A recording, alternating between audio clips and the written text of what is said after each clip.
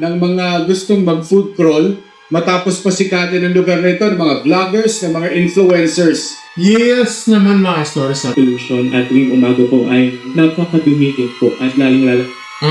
okay. Sino girl, parang natak, pinapatamaan mo si Yorme. Bakit kaya?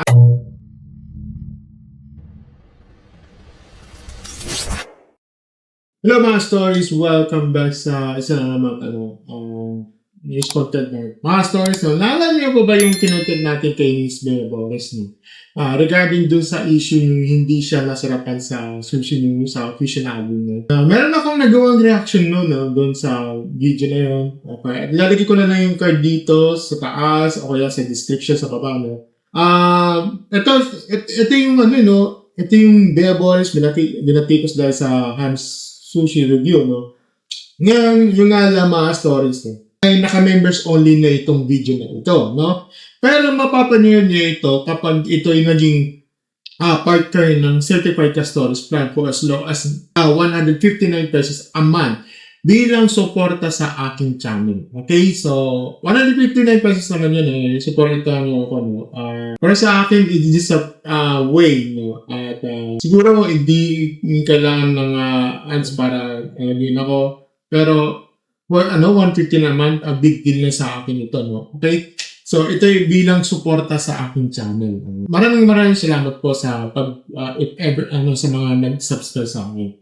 At kung sino man nitong nag-subscribe dito, malaking shoutout sa iyo. Okay? Ngayon, may panibagong usapan na naman ito tungkol sa Fusion Alley. At this time, hindi na ito tungkol sa review ng pagkain. Ang issue kasi dito, mga stories, hindi lang review ng pagkain, ito'y ingay, dumi, at abala sa mga residente. Okay? So, ngayon, panoorin natin ito, ito galing ito sa GMA News, natin.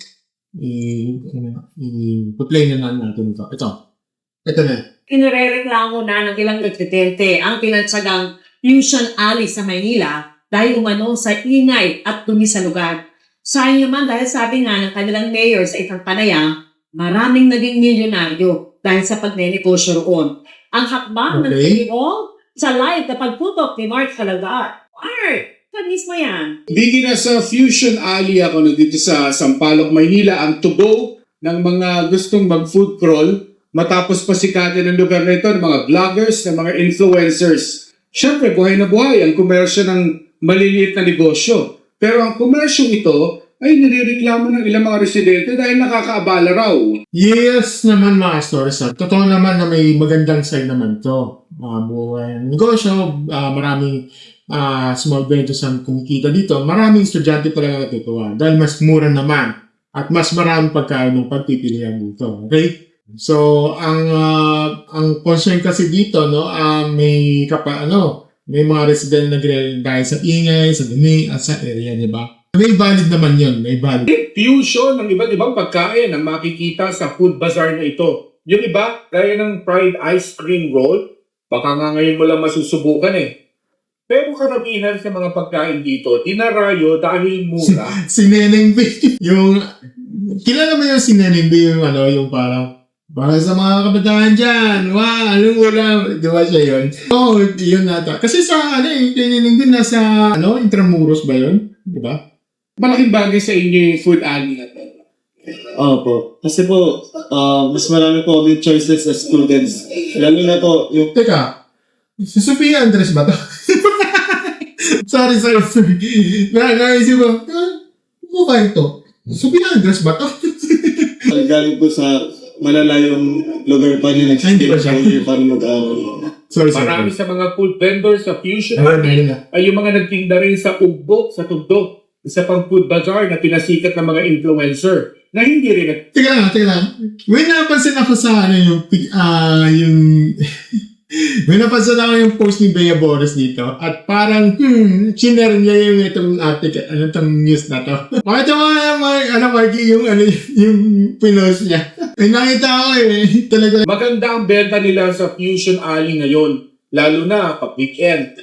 Kaya lang, nagre-reklamo na ang mga residente sa ingay, lalo puro estudyante ang nagre-renta sa lugar. Oo. Kasi ito, tawag na ito, mga estudyante, mga reviewers mga dito. So, nakakarinig ng mga complaint na, Naging Lalo na pag copyrighted yung mga kanta. Aray mo. cute din daw ang kanilang lugar. mga dumi ba naglilinis, pero iba na yung amoy. Oo. Yung singaw, pag umuulan, sobrang iba yung amoy ng ano. Depensa ng mga food vendor. Sinisikap nilang maging maayos ang lahat para hindi sila mapaalis. Talaga lang ba? No? Talaga ba? Talaga lang ba? Talaga ba? Hindi natin makukontrol kasi sa dami ng tao. Pero sa dumi, Ah, ginagawa naman ng task force, may yan, may nadumubing ka, nagwawalis, naglilinis, nagtatapon ng mga basura. Nakakayo rin. Kami rin mismo, kahit kami, pagkatapos namin magtinda, nagwawalis kami dyan, naglilinis kami. Nakarating na kay Manila Mayor Isko Moreno ang mga issue laban sa Fusion Alley. Nagkaroon po ng reklamo ang mga estudyante kasi nga po sa Fusion Alley po ay nagkakaroon ng parang ingay, noise pollution at tuwing umaga po ay napakadumi din po at lalong-lalo na din po. sa magsasabi dito sa ano, no? Pala no, ito yung kanyang focus set sa baba. No? Okay. Ay, sorry, nakikiwas lang. Ano, may pinapatama ka? Sa Alida, I cannot allow you saying that because Bakit? sa gabi, pinililinis ko yun. Sa araw, pinapa-flashing ko yun. Minomonitor raw ng City Hall ang mga food bazaar at night market sa Luzon na ayon kay Mayor ay nakalikha ng Teka lang. Talaga ba ano? Yorme? Ang allowed? Yeah. I cannot Kung writing real talk lang yun. Pollution at tuwing umaga po ay napakadumi din po at lalong-lalo. Okay. Since girl, parang natak, pinapatamaan mo si Yorme. Bakit kaya? Wala ito defensive Yorme. Sir Yorme, yung parang nagiging defensive mechanism mo, yung I cannot allow yun. Parang masyado ka kasi defensive sa side na yun, Pero sige. Kaya nga naman, ano mga namin, di ba? Ako naman, real talk naman, no? Tapos pag nililito ako galit kayo. pinalilinis ko yun. Sa araw, pinapa-flashing ko yun. Minomonitor raw ng City Hall ang mga food bazaar at night market sa Luzon na ayon kay Mayor ay nakalikha na ng mga milyonaryo. There is a chat group, Carriedo, Blooming Tree. Umaasa ang mga food vendor na hindi mapasara ang Fusion Alley o kaya mahanapan sila ng lilipatang mas permanente. Walang indagaw talaga. Una sa lahat, ang daming mga dito, mga mababang tao na nag-aalag buhay lang din nagtatrabaho. Pag nawala ang visionary, paano kami? Pag halataan ka yung umuusok yung ganito halata nag-vape ka habang ini-interview ka. Yung ka nag-vape. Hindi ko alam yan. Lumalabas yung pag nagsasalita ka lumalabas yung usok. Hindi ko alam yun Tapos hawak-hawak mo pa ang yung vape dito. Tinan mo. Walang indagaw talaga Hawak-hawak mo yan. Mga ganun pa Mga ganun yung vape mo Una sa lahat, ang Pero, daming ano to? Di ba vape yan? dito, mga mababang tao na nag-aalag buhay lang din nagtatrabaho. Pag nawala ang visionary, paano kami? Nakipag-meeting si Mayor Isko Moreno sa representatives ng mga residente rito, ganun din yung mga food vendors. At kinukuha pa natin ang pahayag ni Mayor Isko kung ano magiging pasya niya dito sa Fusion Alley.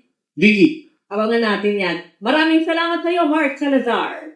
Okay, so, mga stories, yan yung, wait lang i-ano natin. Okay, so, mga stories, ito magiging reaction ko dito, Mga stories, kidding aside, this, small side, let's make it serious dito, Mga stories, ito yung parang kung take ko dito, sa abasa. Parang may punto yung dalawang side dito, okay? Pero hindi pwedeng puro simpatya lang. Okay? Kailangan meron tayong disiplina at sistema. Number one, yung hindi sapat yung sabihin na nakakatulong sa kabuhayan. Yes, this is nakakatulong talaga sa kabuhayan, pero hindi ito sapat ito. Yes, at saka may nakakatulong talaga sa malitang negosyo, may tamang yumayaman niya, di ba? At saka maraming nabibigyan ng hanap buhay. Oo. Pero hindi ibig sabihin nun automatic na valid lahat ng inconvenience na dinadaranas ng mga residente. Kapag ang negosyo kasi mo o negosyo mo ang naapektuhan na sa basic quality needs ng life ng mga taong nakatira sa paligid, okay, nakatira sa paligid, na ingay, kalat, amoy, okay, hindi na itong simpleng tiis na lang to, okay, hindi pwedeng gawing sacrificial area ang residential community para lang masabi na masigla ang negosyo dito. Okay? Number 2, ito hindi rin tapa, ito na isisi lahat sa mga vendors dito. Hindi rin tama yun, okay? Sa totoo lang mga stores, no? Hindi naman lahat ng venues dugyot o pabaya, okay? Well, karamihan sa kanila doon, okay? Naghahanap buhay lang naman, oo. Sumasabay sila sa mga trend, kung may demand man lang, no? May natural, may supply, okay? Ang totoong tawag kasi dito ay may maayos bang urban planning, may malino bang rules, diba? May tama bang waste management ba ito, no? May crowd control ba yan, diba? Kasi kung ang sistema ang kulang, kahit gaano kasipag ang tindero magwalis, flush ng mga yung mga dumi, diba? Kung dagsa ang tao at walang maayos ang implementation, babalik at babalik ang problema yan. Wala na tayong bago dito. Ano man ang mga tao dyan eh. Puro pasaway na lang yan eh. Iikot at iikot din yan, diba? Babalik din yan eh. Yan yung hindi lahat hindi rin tama yung isisisi na lahat ng vendors, diba? Nasa tao kasi yan. Okay? Number 3, ito ang epekto na mas nauna ang hype kasi sa management. Okay? So, ito yung classic ng problema ng mga lugar na pinapasikat online. Okay? Lalo na yung di ba? Yung sa issue yung dati kinangtil ko doon. Pag na-feature ng isang influencers, vloggers, mga celebrity or something, nagdagsa ang tao. Kumbaga, yun yung magiging hype niyan. Pero ang tanong kasi dito, mga stories, handa ba ang lugar nito? Handa ba ang drainage? Handa ba ang garbage collection? Handa ba ang parking for traffic security at, di ba? Kasi, mga stories, no, kadalasan kasi sa atin, gusto agad na viral success eh. Di ba? Pero pag dumating na ang volume ng tao nito, saka na lang mag-iisip ng rules. Baliktad naman eh. Dapat tayo pasikatin. May framework na eh. Di ba? Yun eh. Number 4, ito medyo dito magiging doon ako sa side ng mga kasi ng mga residente. Kasi valid naman talaga ang reklamo dito, okay? Well, balikan tayo dito, no? Kapag nakatira ka sa isang lugar, let's say doon sa kapag ng usual, may karapatan kang umasa sa maayos na paligid, hindi ka kontrabida. Kung magrereklamo sa ingay ng dumi, minsan kasi alam mo yun, hindi sila disiplinado, hindi ibig sabihin na anti-business ka. Yun ang hirap dito eh. Yung para pag nagreklamo ka, anti-business na agad ang turing sa'yo, di ba? Ang gusto lang mo lang yung marespeto sa lugar na tinitirhan mo, di ba? Sa totoo lang stories, kung may mga estudyanteng nag-renta sa area, no, mas lalong valid ang concern dito. Hindi biro ang maingay na paligid, lalo na kung kailangan mong mag-aral, magpahinga o matulog ng maayos. Di ba? Yun eh. Number 5, yung dapat may kompromiso, hindi yung closure agad. Dapat may compromise dito sa lagay nito. Kasi hindi rin naman agad-agad ang solution ipapasara dito eh. Masyadong lazy ang sagot niyan eh, na ang mas matinong kasi approach dapat magtatakda ng operating hours, maglagay ng strictong cleanup protocols, magkaroon ng penalty sa vendor na hindi sumusunod, magtalaga ng waste disposal system, di ba? Magkaroon ng crowd noise control. At kung hindi talaga bagay sa area yan, hanapan ng mas permanenteng location. Diba? Yun ang simple, no? Yan ang logic ng approach dito. Hindi puro drama, hindi puro depensa, hindi puro awan. Diba? Wala mangyayari dito. Dapat dito solution dito, okay? Number 6, ito kay Mayor Isko, no? Dapat kay Yorme, no? Dapat resulta ang makita dito, hindi puro assurance. Okay? Well, maganda ang sinabi ng City Hall na malinis at na minomonitor sa lugar. Pero sa huli, ang tanong ng tao simple lang to. Ramdam ba? Nakikita ba? At umaayos ba talaga?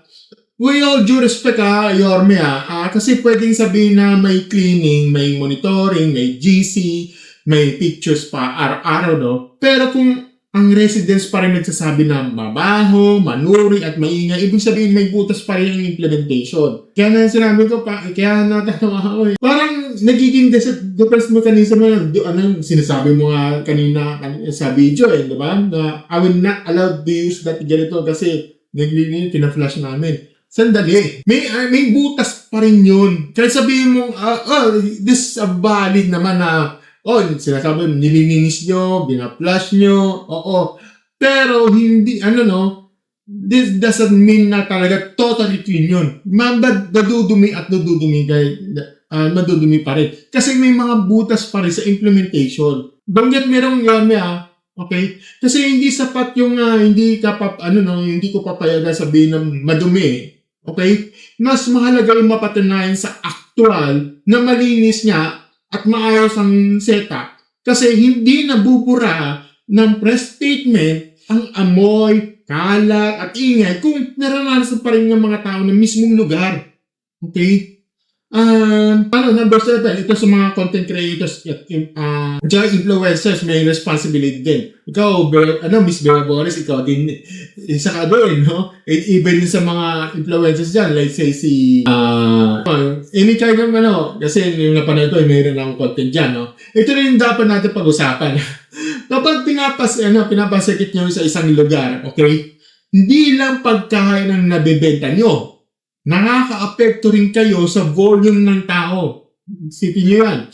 Sa behavior ng customers at sa mga pressure ng local na community. Okay? Hindi ko sinasabing kasalanan ng vloggers at influencers ang lahat. Okay? Pero part sila ng dahilan kung bakit nagkakaroon ng biglaang boom. Diba? Nagkakaroon ng biglaan ng dagsa ng tao dahil sa influences na to. Kaya dapat balance din ang content. Okay? Hindi puro yung ang saya, sarap, mura, ganito. Dapat mayroon tayong awareness dyan din sa sustainability ng lugar. Diba, Bea Boris? Kaya sa kabuuan nito, ito ang issue ko dito sa Fusion Alley. Ay hindi lang simpleng usapang food trip dito. Mas malaki ito kaysa sa murang pagkain o viral ng kainan. Okay? So, ang totoo issue dito ay paano babalansahin ang kabuhayan? Paano mapataktahan ang kapakanan ng residente? At paano gagawing sustainable ng isang lugar na biglang sumikat lang? Okay? So, ang bottom line ko dito mga stories, kung gusto niyo tumagal itong Fusion Alley na to, ayusin niyo ang sistema. Hindi pwedeng umasa lang sa hype, hindi pwede yung okay lang yan, kumuha na naman At hindi rin pwede yung pabayaan ng resident, gano'n. Hindi rin pwede yung mga vendor umaasa sa hanap buhay. Ang dapat mangyari kasi dito ay hindi gera ang residente laban sa vendors doon. At dapat ay maayos na pamamahala. No? Kapag walang disiplina, at walang malinaw na patakaran dito, kahit gaano ka-viral ng isang lugar, babaksak din yan. Pero kapag naayos ang sistema dito, possible na magsabay ang negosyo, kalinisan, at kaayusan. At yun ang dapat tutukan dito. Okay? So mga stories, ano masasabi niyo dito? Tama ba ang reklamo ng residente tungkol sa ingay at dumi ng Fusion Alley? O dapat bang higpitan ang rules o dapat nang ilipat ng mga food vendors sa mas permanent lugar? O yung naniniwala ba kayo na naniniwala ba kayo na kaya pag ayusin ng Fusion Alley ito ay hindi ito ipinapasara? No? Comment down below at babasahin natin yun. No? Kung gusto nyo mga ganitong commentaries later po, Real Talk at saka yung mga talagang walang paligo-ligo, no? Don't forget to like, share, subscribe sa ating channel, and click the notification button sa ating baba. Also, be part ka ng Castores membership for as low as 39 pesos a month. Early videos fresh from the rendering videos, no? Meron tayong 159 at saka meron tayong 399 pesos a month, no? Mga exclusive videos, nandun na. So, as always, mga stores, thank you and have a great day, stores. Bye!